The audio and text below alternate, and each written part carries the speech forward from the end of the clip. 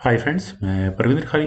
Friends, आज की हमारी गेम जिनकी रिक्वेस्ट है उनकी आईडी है फिजिक्स वर्ल्ड। काफ़ी इंटरेस्टिंग आईडी है और उन्होंने मुझसे गेम के ऊपर वीडियो बनाने के लिए कहा है जो सन 1954 में यूएसएसआर में खेली गई थी। और यहाँ खेलने वाले खिलाड़ी थे निकोले अरस्त्रोविस्की और राशिद नजमुद्दीनोव। काफ़ी इंटरेस्टिंग गेम है। पॉन मूवमेंट किसे कहते हैं यहाँ इस गेम से हम देखकर समझ सकते हैं। तो आइए फ्रेंड्स, सीधा इस गेम को शुरू करते हैं। यहाँ गेम की शुरुआत की निकोले ने D4 के साथ, तो नाइट F6 यहाँ राशिद ने किया, C4 then D6, knight C3, तो knight at B goes to D7, then knight F3 C5, D5। यहाँ ये पॉन आगे पुश होना ही है और वाइट क्यों चाहेगा ब्लैक को किसी भी तरह का फ्री हैंड देना। तो ब्लैक अब यहाँ मेरे ख्याल से अगर ब्लैक को डेवलपमेंट अपनी फास्ट रखनी है तो वही मूव चलना ही पड़ेगा जो राशिद ने यहाँ किया था। यहाँ G6 राशिद नजमुद्दीनोव ने किया ताकि वो यहाँ अपने बिशप को एक जल्दी से जल्दी G7 स्क्वायर पर ले जाकर कैसल कर सके। E4 then bishop G7, bishop E2 और इसके बाद अब कहीं जाकर दोनों साइड्स को यहाँ हम कैसल करने का मौका मिला। A6 देन H3, रक B8 then A4, night E8, तो क्वीन गई C2 स्क्वायर पर। और आप देख सकते हैं कि ब्लैक की कॉम्पोजिशन कितनी, ब्लैक की पूरी फॉर्मेशन इतनी ज़्यादा कॉम्पैक्ट है, उसके पीसेस कहीं बाहर नहीं निकल पा रहे हैं। ये जो नाइट E8 स्क्वायर पर आया है ये शायद इसीलिए आया कि किसी तरह से अपने पीसेस को बाहर निकाला जाए। Night E5, finally Rana Rashid को करने का मौका मिला और नाइट एक्सचेंज ऑफर दिया। Knight takes E5, bishop takes E5, और एटलीस्ट कम से कम ब्लैक को यहाँ कुछ तो ओपन मिला।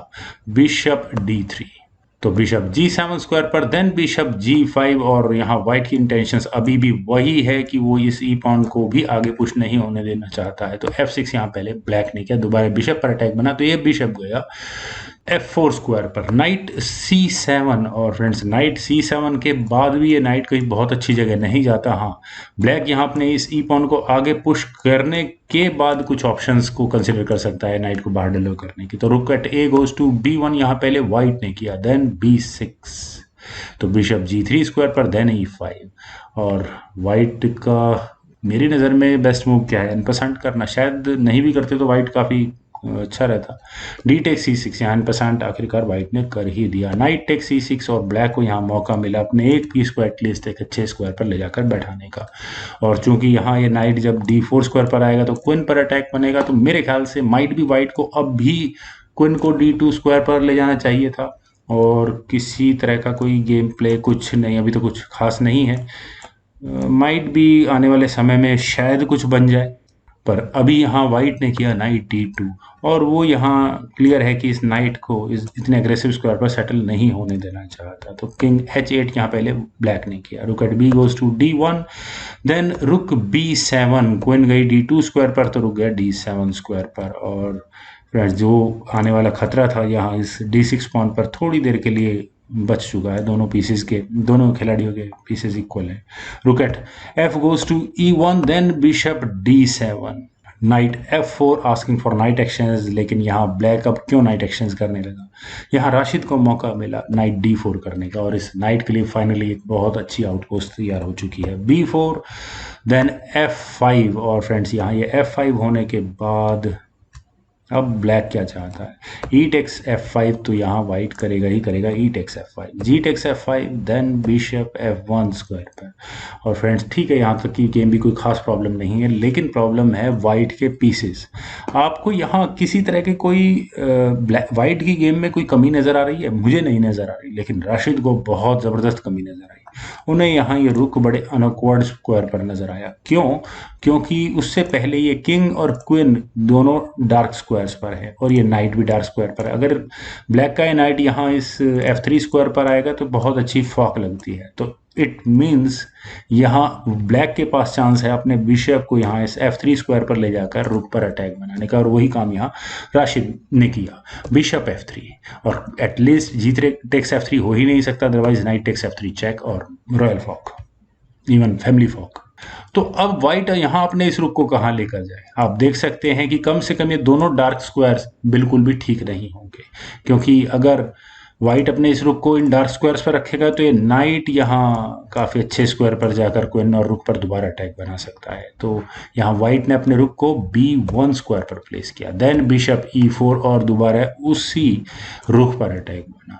तो इस रुक के लिए काफ़ी परेशानी वाला काम हो रहा है। और अगर ये रुक मान लो कहाँ जाएगा, ये ही स्क्वायर बचता है, रुक गया B2 स्क्वायर पर, दूसरा कोई स्क्वायर है भी नहीं। क्वीन F6 और फ्रेंड्स क्वीन के F6 स्क्वायर पर आने के बाद आप यहाँ देख सकते हैं कि किस तरह से रुक पूरी तरह से खतरे में आ चुका है। यहाँ एक चेक आ सकती है, उसके बाद ये रुक लिया जा सकता है, लेकिन खैर ये बिशप पर भी अटैक बनेगा। पहले तो A5 यहाँ पहले व्हाइट ने किया और फ्रेंड्स A5 से ये काफ़ी इंटरेस्टिंग मूव है, लेकिन ब्लैक ने यहाँ मुझे ऐसा लगा कि शायद राशिद यहाँ कोई चेक देंगे और फिर उसके बाद यहाँ रुक का एडवांटेज लेने की कोशिश करेंगे, लेकिन वो मूव ज़्यादा बेटर नहीं होगा क्योंकि बिशप पर भी अटैक बनता है। लेकिन राशिद ने यहाँ अपने नाइट को हटाया पर C6 स्क्वायर पर, और यही एक एडवांटेज यहाँ ब्लैक को चाहिए था। कम से कम वो यहाँ एक पॉन का एडवांटेज लेकर जा चुके हैं। रुक पर अटैक है पहले फिलहाल, तो रुक कहाँ गया, रुक गया B3 स्क्वायर पर, देन C टेक्स B4। मुझे ऐसा लगा कि शायद ये नाइट एग्रेसिव स्क्वायर पर आकर बैठेगा। चलिए C टेक्स B4 भी कोई बुरा मूव नहीं है, और वाइट ने यहाँ किया A टेक्स B6।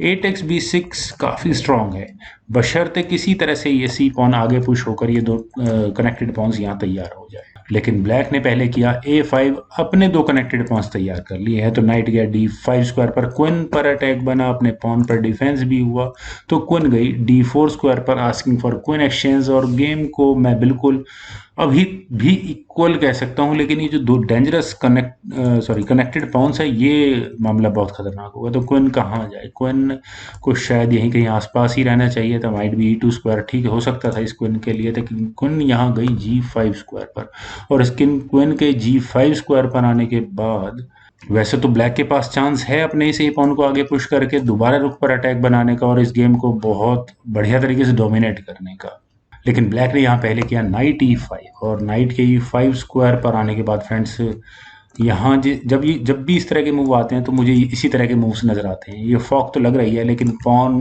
को हटाना होगा, लेकिन और पॉन हटाना भी इतना आसान नहीं है ब्लैक के लिए। और इवन जैसेंजन रिकमेंडेशन है कि व्हाइट को अपनी इस क्वीन को G5 स्क्वायर पर प्लेस्ड नहीं रखना चाहिए था, माइट भी H4 स्क्वायर पर ये शिफ्ट हो सकती थी, लेकिन यहाँ निकोले ने किया था नाइट E3, और नाइट के E3 स्क्वायर पर आने के बाद क्वीन टेक्स B6, जो एकमात्र उम्मीद थी यहाँ व्हाइट की, वो उसके हाथ से जा चुकी है। और अब बस इस गेम को जीतने के लिए मेरे ख्याल से तो ये दो कनेक्टेड पासर्स ही काफ़ी रहेंगे।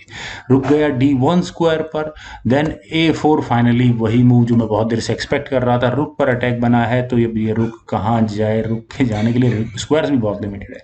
ये रुक अगर यहाँ इस B1 स्क्वायर पर आता है तो आप देख सकते हैं कि बिशप पर अटैक है, ये इस थर्ड रैंक में कहीं भी नहीं जाता, तो रुक के लिए बचा है सिर्फ और सिर्फ B2 स्क्वायर, लेकिन उस मूव में भी प्रॉब्लम है। यहाँ वाइट ने अपने रुक को B2 स्क्वायर पर प्लेस किया, but final move from Rashid Nezhmetdinov was knight F7, और यहाँ इस मूव के बाद निकोलो को वो ब्लैक के ट्रैप का एहसास हुआ। उन्होंने देखा कि यहाँ क्वीन पर अटैक है और यहाँ रुक पर, और दोनों ही पीस अनडिफेंडेड है, और ऐसा कोई भी तरीका नहीं है कि इस रुक का डिफेंस ये क्वीन किसी तरह से कर ले। तो इसीलिए जब ये नाइट यहाँ इस E3 स्क्वायर पर आया था तो ये बहुत बड़ा बड़ा ब्लंडर साबित हुआ वाइट का। तो इस मूव के बाद यहाँ इसीलिए निकोले एर्तोवस्की ने रिजाइन कर दिया। अगर हम यहाँ से चलिए इस गेम को थोड़ा आगे ही उड़ा देते हैं, तो वाइट के लिए बेस्ट ऑप्शन जो है वो नाइट को D5 स्क्वायर पर ले जाने की है। आप देख सकते हैं कि ठीक है क्वीन एक्सचेंज ऑफर है इस नाइट के बाद, ठीक है यहाँ रुक पर ब्लैक अटैक बना रहा है, तो वाइट भी रुक पर अटैक बना लेगा। चलिए इस तरह से भी इस गेम को आगे बढ़ा लेते हैं।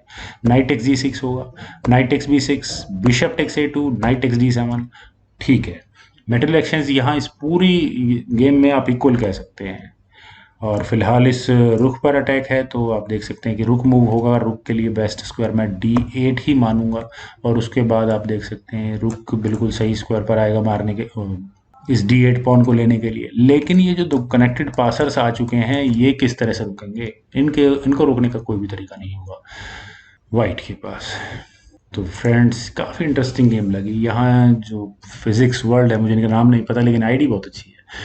तो इन्होंने काफ़ी अच्छी गेम हम सभी लोगों को बताई, और मुझे पूरी उम्मीद है कि आपको ये गेम बहुत पसंद आई होगी। तो आप लोग इस वीडियो को लाइक करें, शेयर करें, और मेरे यूट्यूब चैनल चेस गुरु को प्लीज़ सब्सक्राइब जरूर करें। आपके कमेंट्स का मुझे बेहद इंतजार रहेगा। Thank you for watching and bye for now.